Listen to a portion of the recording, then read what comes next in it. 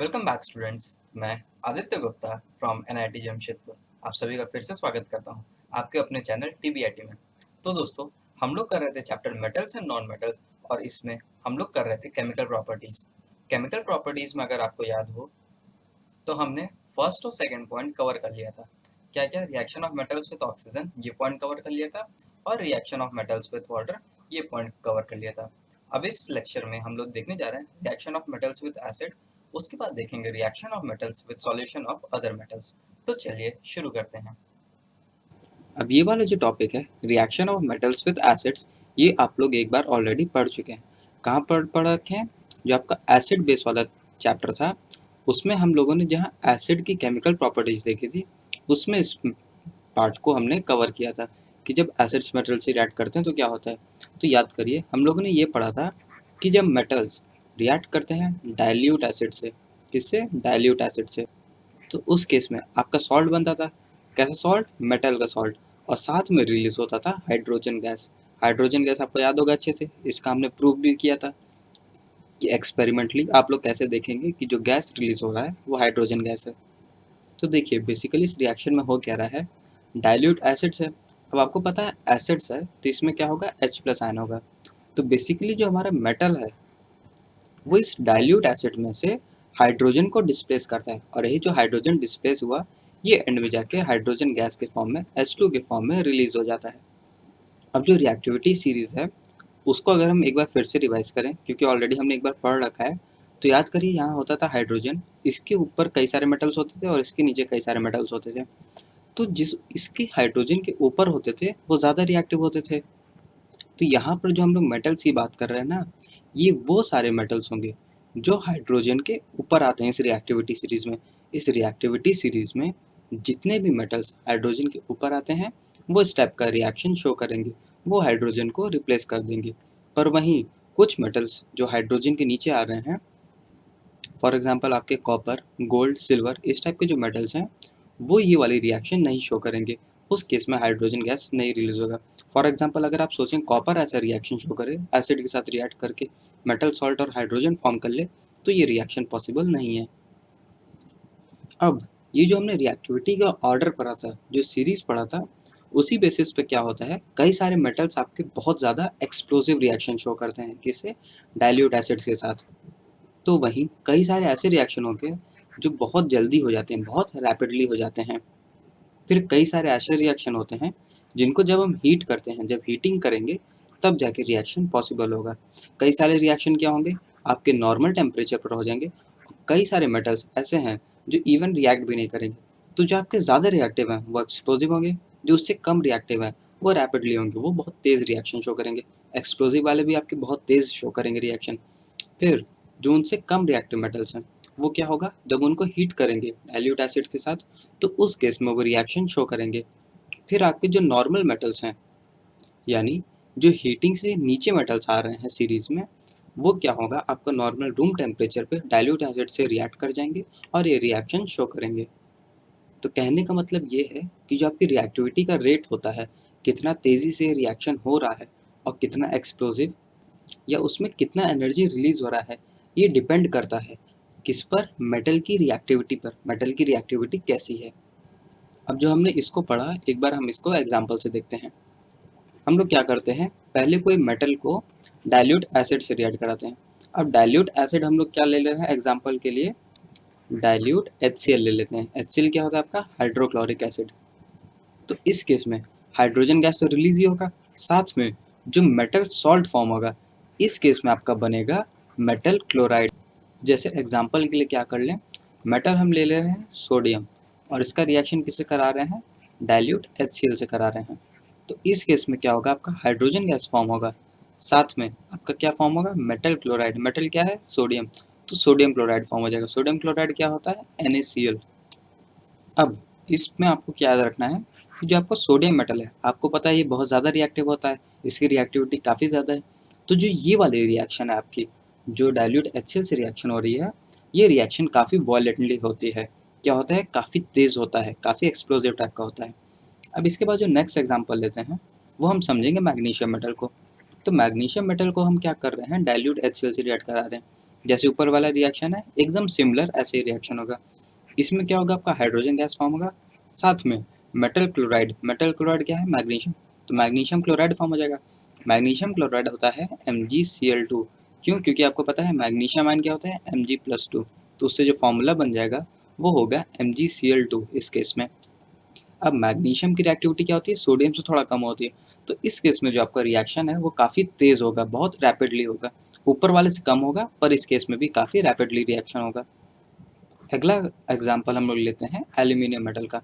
Aluminium metal का same हम dilute HCl से रिएक्शन कराते हैं, तो इस केस में क्या होगा, आपका हाइड्रोजन गैस रिलीज होगा और सेम आपका मेटल क्लोराइड बन जाएगा। मेटल क्लोराइड यहाँ पर क्या बन जाएगा, एल्यूमिनियम क्लोराइड। एल्यूमिनियम क्लोराइड होता है AlCl3। अब जो ये वाली रिएक्शन है ये स्टार्टिंग में क्या होगा, थोड़ा स्लो होगा। स्टार्टिंग में स्लो क्यों होगा, क्योंकि आपको पता है एल्यूमिनियम क्या करता है, अपने ऊपर एक ऑक्साइड की लेयर फॉर्म कर लेता है। लास्ट लेक्चर में ही हमने इस पॉइंट को डिस्कस किया था, जहाँ पर हमने एनोडाइजिंग प्रॉपर्टी पढ़ा था। तो क्या होता है कि ये जो ऊपर वाली लेयर है स्टार्टिंग में ये पहले धीरे धीरे हटता है। जब धीरे धीरे हटेगा तो टाइम लेता है, इसलिए स्टार्टिंग पार्ट जो रिएक्शन है वो स्लो होगा। उसके बाद क्या होगा, जब ये आपका लेयर हट जाएगा तो क्या होगा, आपका जो प्योर एल्यूमिनियम मेटल है वो आ जाएगा एक्सपोजर में, वो आ जाएगा बाहर और वो रिएक्ट करेगा फिर HCl से। तब जाके जो आपकी रिएक्शन है उस केस में रिएक्शन आपकी फास्ट होने लगेगी। तो क्या है, स्टार्टिंग में रिएक्शन स्लो होगी, उसके बाद ये रिएक्शन फास्ट होने लगी और आपका प्रोडक्ट क्या बन रहा है, हाइड्रोजन गैस और मेटल सॉल्ट AlCl3। इसी तरह हम जिंक और आयरन मेटल का भी एग्जाम्पल पढ़ते हैं। आयरन होता है आपका Fe। दोनों का रिएक्शन हम क्या करा रहे हैं, HCl से अलग अलग रिएक्शन करा रहे हैं।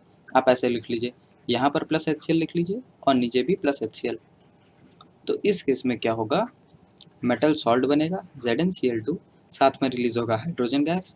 सिमिलरली इस केस में आपका फॉर्म होगा FeCl2 और साथ में रिलीज हो जाएगा हाइड्रोजन गैस। अब देखिए जो फर्स्ट रिएक्शन हमने देखी यहाँ पर एल्यूमिनियम वाली, ये वाली आपकी लेस रिएक्टिव होगी, किससे, जो हमने लास्ट पेज पे पढ़ा था। यानी कि जो सोडियम और मैग्नीशियम का था रिएक्टिविटी रेट, जैसे यहाँ पर काफ़ी तेज़ हो रहा था, तो आपका जो एल्यूमिनियम वाला गैस है उसका इसके कंपैरिजन में स्लो रिएक्शन होगा, धीरे रिएक्शन होगा। इसी तरह जो आपका जिंक और आयरन है वो क्या होगा, एल्यूमिनियम से स्लो रिएक्शन शो करेंगे, और जो आयरन है वो जिंक से भी स्लो रिएक्शन शो करेगा। बाकी हमने हाइड्रोजन के जो नीचे मेटल्स होते हैं उनका डिस्कशन ऑलरेडी कर ही लिया है। क्या डिस्कस किया गया था, जैसे हमने ले लिया कॉपर मेटल। कॉपर मेटल को अगर हम रिएक्ट कराते हैं डाइल्यूट HCl से तो उस केस में रिएक्शन ही नहीं होगा, क्या है, नो रिएक्शन। इस पॉइंट को आप लोग ध्यान रखिएगा। उस केस में हाइड्रोजन गैस वगैरह कुछ फॉर्म नहीं होगा क्योंकि रिएक्शन ही नहीं पॉसिबल है। इस केस में जो आपका कॉपर मेटल है वो हाइड्रोजन को डिस्प्लेस ही नहीं कर पाएगा। अब देखिए, आप लोग ने ऑलरेडी पढ़ लिया अभी लास्ट स्लाइड पे कि मेटल का जब हम डाइल्यूट HCl से रिएक्शन करा रहे हैं तो क्या प्रोडक्ट फॉर्म हो रहा है। इसी तरह अगर हम मेटल का रिएक्शन किससे करा रहे हैं, डाइल्यूट सल्फ्यूरिक एसिड से। सल्फ्यूरिक एसिड होता है H2SO4। तो याद करिए लास्ट केस में क्या बन रहा था, आपका हाइड्रोजन गैस तो रिलीज हो रहा था, साथ में मेटल क्लोराइड बन रहा था, मतलब नेगेटिव पार्ट। इसी तरह यहाँ पर आपका क्या बन जाएगा, मेटल सल्फेट। क्या हो जाएगा, मेटल सल्फेट। साथ में आपका हाइड्रोजन गैस जैसे लास्ट केस में रिलीज हो रहा था वो रिलीज होगा। अब इसका भी एक दो एग्जांपल लिख ले, प्रैक्टिस कर लेते हैं। क्या है, जैसे हमारे मोस्ट कॉमन एग्जांपल क्या हो गया मेटल का, सोडियम। सोडियम का रिएक्शन करा रहे हैं डाइल्यूट H2SO4 से।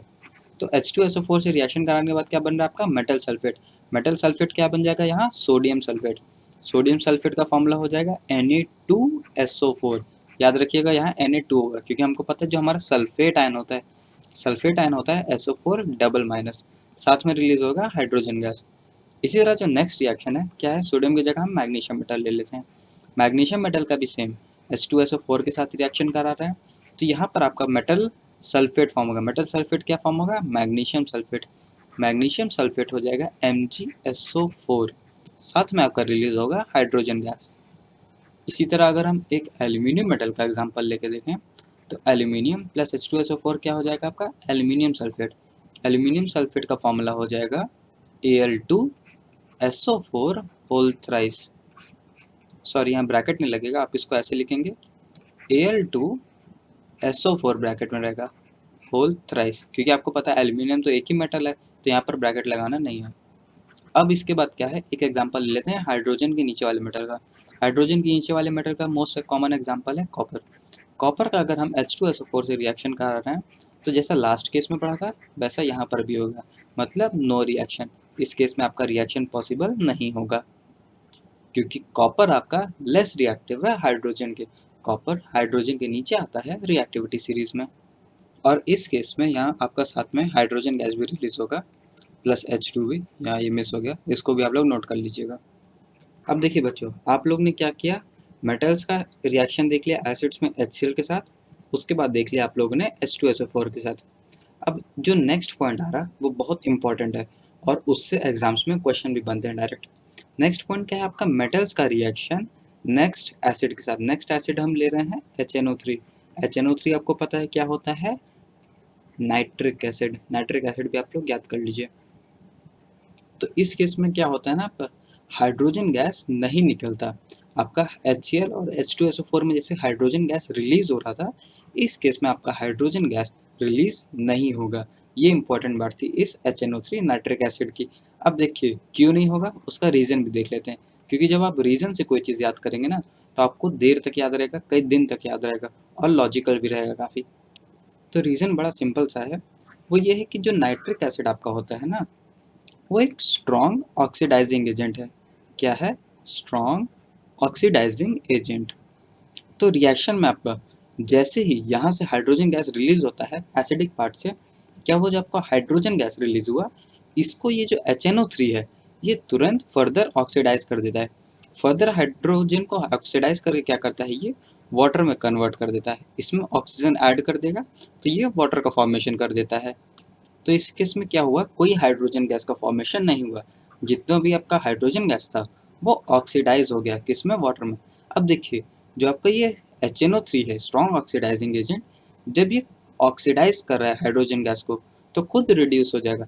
खुद रिड्यूस होकर क्या होता है, जो आपका HNO3 है ये नाइट्रोजन के ऑक्साइड्स बना लेता है। नाइट्रोजन के ऑक्साइड्स क्या क्या अलग अलग फॉर्म हो सकते हैं, वो डिपेंड करता है आप कौन सा मेटल यूज़ कर सकते हैं। फॉर एग्जाम्पल क्या होगा, आपका नाइट्रोजन मोनोऑक्साइड फॉर्म हो सकता है NO, या फिर die nitrogen monoxide. Die nitrogen क्या हो गया, N2O। इसी तरह आपका नाइट्रोजन डाइऑक्साइड भी फॉर्म हो सकता है, नाइट्रोजन डाइऑक्साइड NO2। इस तरह आपके कई सारे नाइट्रोजन के ऑक्साइड्स होते हैं, मेरे को एग्जैक्ट याद नहीं आ रहा है पर शायद नाइट्रोजन के 5 ऑक्साइड्स होते हैं। तो उसमें से जो ये इस टाइप के आपके नाइट्रोजन के ऑक्साइड्स बन जाएंगे।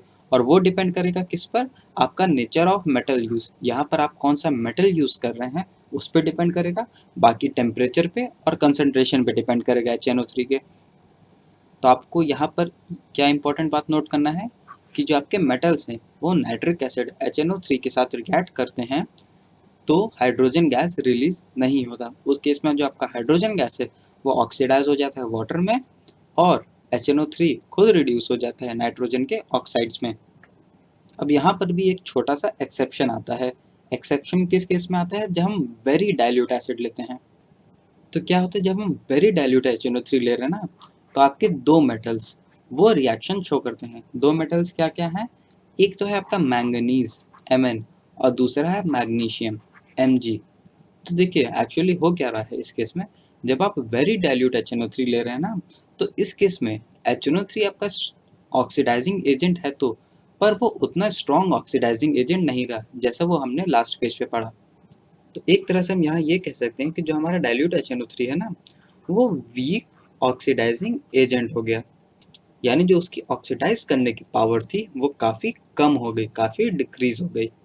तो यहाँ पर क्या होगा ना, जो आपको हाइड्रोजन गैस फॉर्म हो रहा है ये फर्दर ऑक्सीडाइज होकर वाटर में नहीं कन्वर्ट होगा। जैसे लास्ट केस में क्या हो रहा था, ये ऑक्सीडाइज होकर यहाँ पर H2O कन्वर्ट हो जा रहा है। पर इस केस में जब हम वेरी डाइल्यूट HNO3 लेंगे तो यहाँ पर दो मेटल के केस में मैंगनीज और मैग्नीशियम, इस केस में हमारा हाइड्रोजन गैस H2O में कन्वर्ट नहीं होगा और यहाँ पर हाइड्रोजन गैस रिलीज होगा। जो हाइड्रोजन गैस फॉर्म हो रहा है यहीं पर रिलीज हो जाएगा।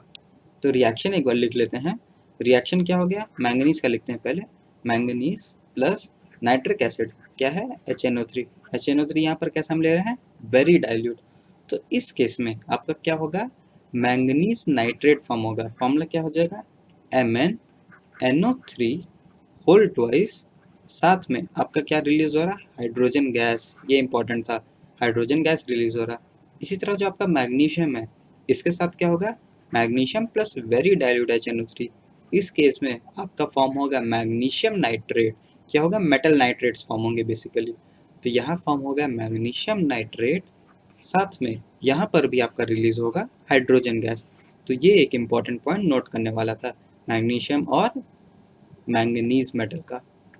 अब जो हमने HNO3 पढ़ा यानी नाइट्रिक एसिड के बारे में जो पढ़ा, इसी से एक रिलेटेड टॉपिक है एक्वा रेजिया। काफ़ी छोटा टॉपिक है पर बहुत इम्पॉर्टेंट है। और ये जो एक्वा रेजिया टॉपिक है ये इतना ज़्यादा इम्पॉर्टेंट है कि इससे क्वेश्चन आपके इवन IIT JEE और नीट के एग्जाम्स में आ चुके हैं। तो इस टॉपिक को आप लोग ध्यान से देखिएगा। तो एक्वा रेजिया होता क्या है? ये आपका एक मिक्सचर होता है जिसमें हम लोग HNO3 यानी नाइट्रिक एसिड मिलाते हैं और साथ में आपका रहता है कंसनट्रेटेड। कंसनट्रेटेड याद रखिएगा, कंसनट्रेटेड टर्म इंपॉर्टेंट है। कंसनट्रेटेड HCl यानी हाइड्रोक्लोरिक एसिड।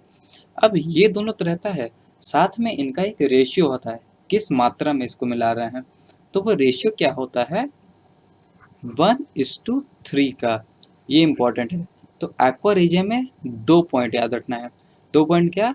कि आप लोग HNO3 और HCl मिला रहे हैं, साथ में जो रेशियो है इनका मिलाने का वो है 1:3 का।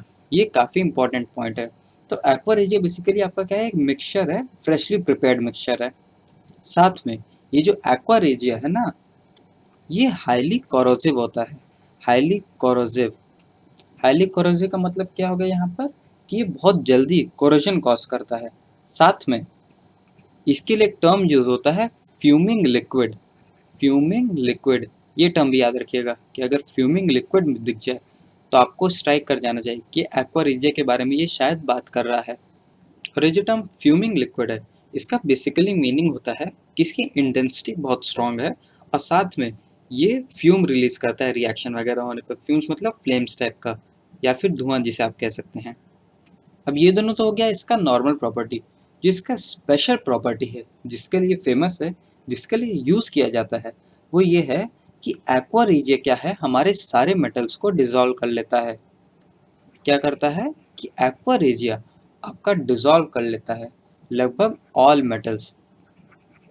और ये जो आपके ऑल मेटल्स हैं, इसमें आपका गोल्ड, प्लैटिनम, सिल्वर, ये सब भी इंक्लूड हो गया। क्या क्या हो गया? Ag, Au, Pt। देखिए यूजुअली क्या होता है ना कि अगर आप सिर्फ कंसनट्रेटेड HNO3 ले लें या फिर सिर्फ कंसनट्रेटेड HCl ले लें, तो वो अकेले ये गोल्ड, प्लैटिनम ये सब वगैरह को डिसॉल्व नहीं कर पाता। पर अगर आप ये दोनों को साथ में लें और 1:3 के रेशियो में लें, यानी मतलब आप अगर एक्वा रेजिया का यूज़ करें, तो वो उस केस में इन मेटल्स को अपने में डिसॉल्व कर लेगा। और यहाँ एक छोटा सा पॉइंट छूट गया, जो हम HNO3 ले रहे हैं ना, ये भी कंसनट्रेटेड है, यानी कंसनट्रेटेड HNO3 और कंसनट्रेटेड HCl, इसका यूज़ किया जा रहा है। साथ में एक पॉइंट ये भी रह गया कि जैसे ये एक्वा रेजिया नाम है ना, तो नाम बड़ा अजीब सा लग रहा है। तो ये क्या है? बेसिकली ये लैटिन लैंग्वेज में लिखा है, ये लैटिन का वर्ड है। लैटिन किसका? रॉयल वाटर का। जो आपका रॉयल वाटर टर्म है, इसको अगर हम लैटिन में लिखें तो वो बनता है एक्वा रेजिया। ये आप लोग याद रखिएगा, ये NCERT में इवन मेंशन्ड है। आपका एक येलो बॉक्स टाइप का बना के वहाँ पर दिया हुआ है, आप लोग एक बार ध्यान से देखिएगा। और साथ में ये वाला पॉइंट तो आपका इम्पोर्टेंट ही था। और इसमें इम्पोर्टेंस ये था ना कि बहुत गिने चुने ही रिएजेंट्स हैं जिसमें आपका गोल्ड और प्लैटिनम डिसॉल्व होता है, और उन गिने चुने रिएजेंट्स में आपका एक्वा रेजिया भी मेंशन्ड है। एक्वा रेजिया भी आता है जो गोल्ड और प्लैटिनम को अपने में डिसॉल्व कर ले। तो दोस्तों, यहाँ तक हमने reaction of metals with acid इस टॉपिक को कम्प्लीटली कवर कर लिया। अब हम मिलेंगे नेक्स्ट वीडियो में, जहाँ पर हम देखेंगे reaction of metals with solution of other metal salts. साथ में मेटल्स के रिएक्शन देखेंगे क्लोरीन के साथ, हाइड्रोजन गैस के साथ, और उसके बाद नॉन मेटल्स के भी रिएक्शन इन चारों के केसेस में अलग से पढ़ेंगे। तो मिलते हैं नेक्स्ट वीडियो में, तब तक के लिए ऑल द बेस्ट। जय हिंद।